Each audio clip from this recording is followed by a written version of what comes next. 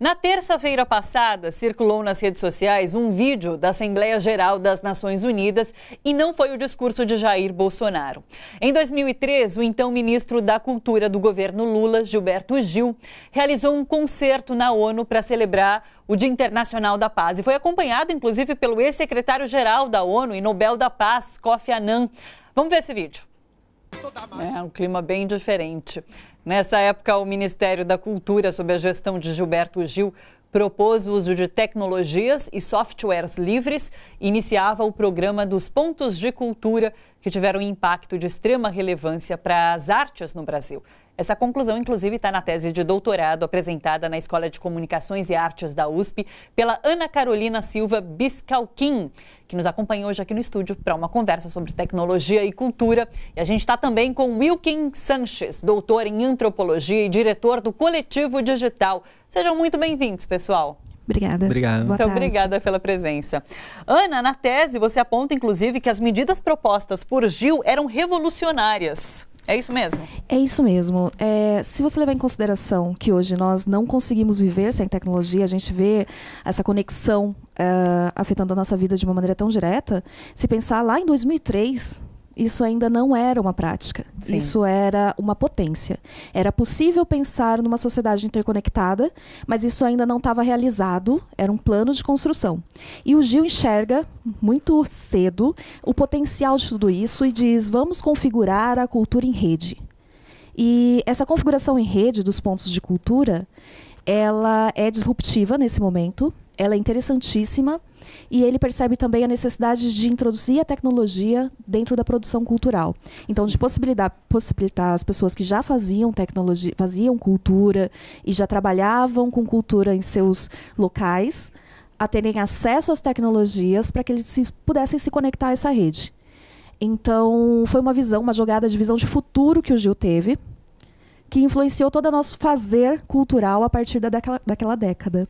Então, é uma sacada. É a sacada genial que o Gil teve, claro, em parceria com muitos colaboradores, em parceria com pessoas que estavam dentro do movimento software livre e que dizem ao Gil, olha, nós temos coisas aqui que podem acontecer, que vão ser legais, e ele encampa esses projetos e essas propostas, e a partir desse carisma que ele tem, ele consegue vender essa política com muita força.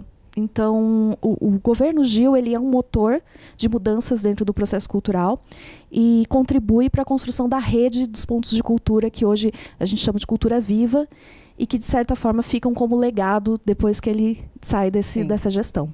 Acho que até hoje existe uma dificuldade, inclusive em relacionar tecnologia e cultura. São duas áreas que caminham juntas, Wilkin? Na verdade, elas caminham muito juntas, né? Se a gente pensar todo o processo de digitalização que passa a cultura, as chamadas novas tecnologias, que já nem são mais tão novas assim, elas mudam não só o jeito da gente produzir cultura, mas principalmente o jeito que a gente consome essa cultura. Se você pensar nos anos 80, nos anos 70, quando você comprava um disco, ia lá, aquele disco de vinil, e aquele disco tocava várias vezes, você ouvia da primeira à última música. Isso é uma coisa que não dá pra gente imaginar uma pessoa comprando um disco hoje. É vintage hoje. Hoje é vintage, né? Tá na moda de novo, o vinil tá voltando. Mas ouvindo da mesma forma. Claro. Né?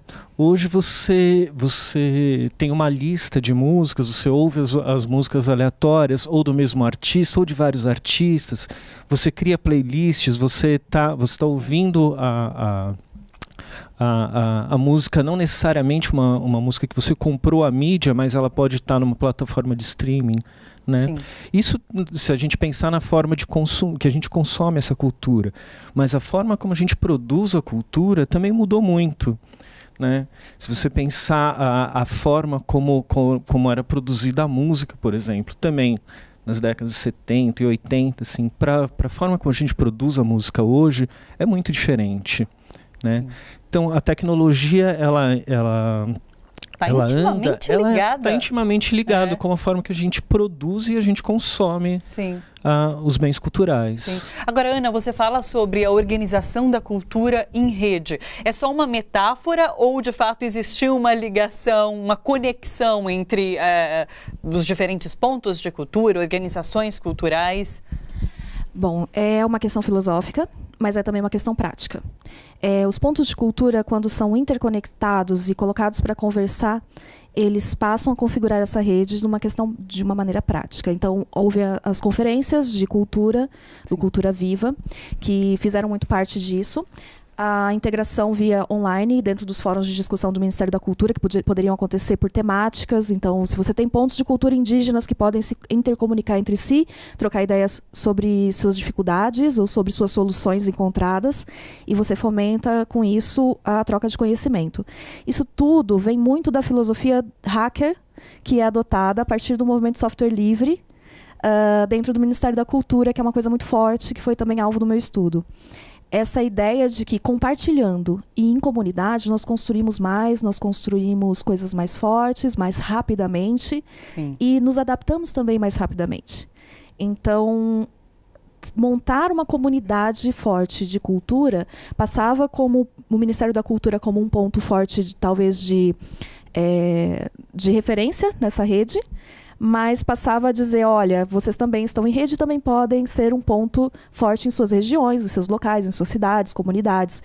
É uma questão filosófica, até o sentido de que em rede somos mais fortes. Sim. E é uma questão prática na solução de problemas e em poder contar com pontos de apoio quando te falta uma referência dentro da rede. Claro. E é mais ou menos o que acontece quando o Ministério passa a não ter mais editais que beneficiem pontos de cultura. Cessam, a partir de 2015, os editais direcionados a pontos de cultura. O último foi em 2015, um edital de premiação para pontos de culturas indígenas, e aí, a partir disso, a gente não tem mais fomento, nem editais de premiação. No entanto, a rede continua viva. Sim. E aí, nesse sentido, ela é prática, porque existe o ponto de apoio a quem recorrer nesse momento, e, infelizmente, um pouco mais fragilizada, muito mais fragilizada, eu diria, mas, no entanto, podendo encontrar soluções paralelas e tentativas outras de continuar sobrevivendo, que é o caso que está acontecendo hoje, né, com o ponto de cultura digital. E é isso, a gente vai encontrando outras formas, né? Como que o coletivo se coloca hoje? Qual a situação, qual é o momento que o coletivo vive hoje?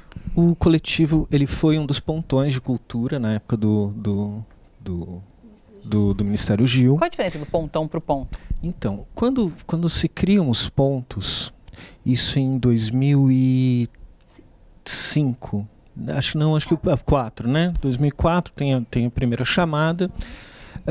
Tinha uma proposta de que os pontos trabalhariam com software livre para fazer o registro das suas atividades e tal, e eles receberiam um kit multimídia para fazer esse registro. Então o kit vinha lá, um computador, acho que eram 3 computadores, câmera, microfone, mesa de som. E como muitos dos pontos não tinham domínio sobre tecnologias livres, sim, foram feitas como é que chamava? As ações de cultura digital, que eram eventos itinerantes que passavam pelas cidades fazendo formação com os pontos de cultura. Só que como era um evento itinerante, o que acontecia? Quando terminava aquele evento, quando um ponto de cultura precisava tirar alguma dúvida ou precisava de alguma referência, ele só conseguia recorrer a fóruns da internet ou encontrar os professores que deram o curso via rede social e tirar suas dúvidas online. Os pontões, eles vêm justamente para dar um suporte para os pontos de cultura. Sim. Eles eram como se fosse um ponto de cultura um pouco mais robusto. Sim. E a função deles era justamente dar esse apoio. Puxa, como era bem estruturado, de fato, né? Sim, é uma política pública pensada em todas as esferas. Você tem a mobilização da base, onde você pode se cadastrar como ponto de cultura, porque você realiza realmente com a sua comunidade esse processo cultural. E você tem camadas e camadas de apoio até chegar ao Ministério, que seria o governo federal. Com a promulgação do Plano Nacional de Cultura, isso tudo fica regulamentado, ou seja, é muito mais difícil distinguir tudo isso. Uma política de Estado, uma política de Estado, correto. E a política também vai entrando e permeando outras esferas. Então, os estados começam a ter que fazer seus planos estaduais de cultura e os municípios também, os planos municipais de cultura.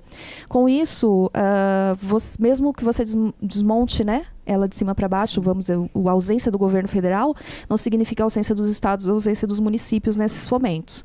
Hoje em dia, muitos pontos de cultura sobrevivem somente com esse fomento estadual e municipal.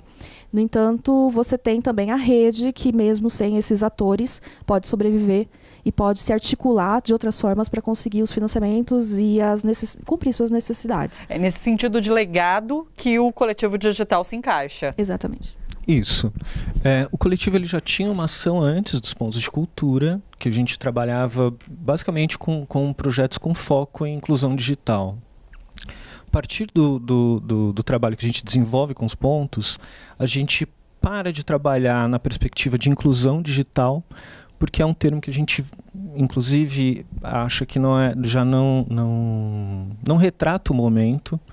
Porque quando você fala de inclusão digital, de um excluído digital, já é um discurso que afasta a pessoa, porque ninguém quer ser tratado como excluído. Entendi. E outra coisa que o cara tem um perfil no Facebook, ele tem um WhatsApp, ele, de alguma forma, ele está incluído.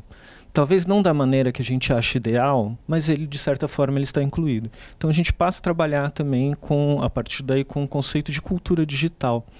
E de tentar capacitar as pessoas para que eles desenvolvam seu próprio conteúdo nas redes.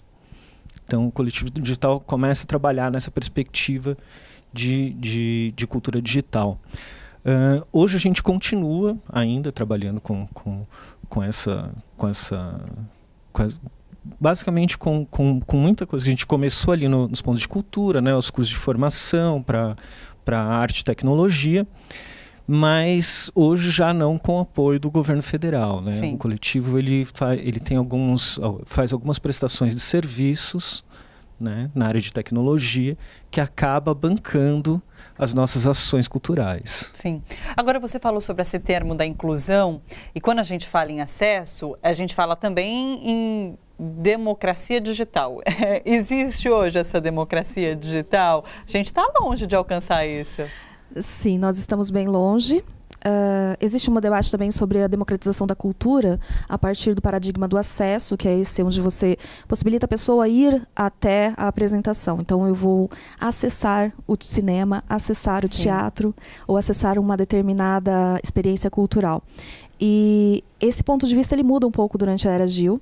Isso também é uma das marcas mais bonitas desse processo, que é você dizer que a gente não vai democratizar só o acesso, a gente vai democratizar a produção cultural. Então, você dá poderes às pessoas que produzem cultura a produzirem, né, com mais potência, a produzirem dentro do digital, a apropriarem-se das tecnologias para sua produção cultural. E, nesse momento, você tem esse acesso às ferramentas que te possibilitam se expressar. Sim. E dar acesso a formas de expressão novas fomenta de maneira lindíssima a cultura, assim, as potencialidades. Hoje você vê documentários produzidos de maneira independente, você vê música sendo produzida de maneira independente, tudo mais. Aí, falarmos de uma democratização digital, vai muita conversa ainda. A gente precisa de internet de qualidade que chegue a todos os rincões do país. A gente precisa de... Hoje, se você pensar em interconexão, tem favelas e bairros, comunidades aqui mesmo de São Paulo, que não tem como receber internet de banda larga, porque simplesmente não tem comprovante de endereço. Sim. Então, a gente não está falando de muito longe, a gente está falando de São Paulo e dessa nossa realidade. Internet por satélite em outras regiões do Brasil, que limitam muito o uso da tecnologia. Sim. No entanto, você tem essas possibilidades e também entra a questão da capacitação, da formação, que é muito importante para que você possa dizer que as pessoas estão tendo acesso realmente, podendo utilizar realmente dessas tecnologias. Sim. Sobre essa questão da democracia digital, em 2000, 2001, havia uma discussão e uma disputa em torno do termo governo eletrônico. Governo eletrônico? Governo eletrônico. O que estava se discutindo ali? Tinham duas visões sobre o que poderia ser um governo eletrônico. Uma é a visão de prestação de serviços online, que é você entrar lá e imprimir a segunda via do seu IPTU. Tá. A outra visão de governo eletrônico era uma visão de governo eletrônico que queria democratizar a governança. Você fazer processos participativos pela internet. Essa visão de processo participativo, de democratização, democracia participativa, ela perdeu a disputa. E não só na internet. Não só na internet, mas ela perdeu essa disputa. Sim. Hoje, quando você fala de governo eletrônico, você está falando de prestação de serviços. Né? Tá. Então, isso se perdeu.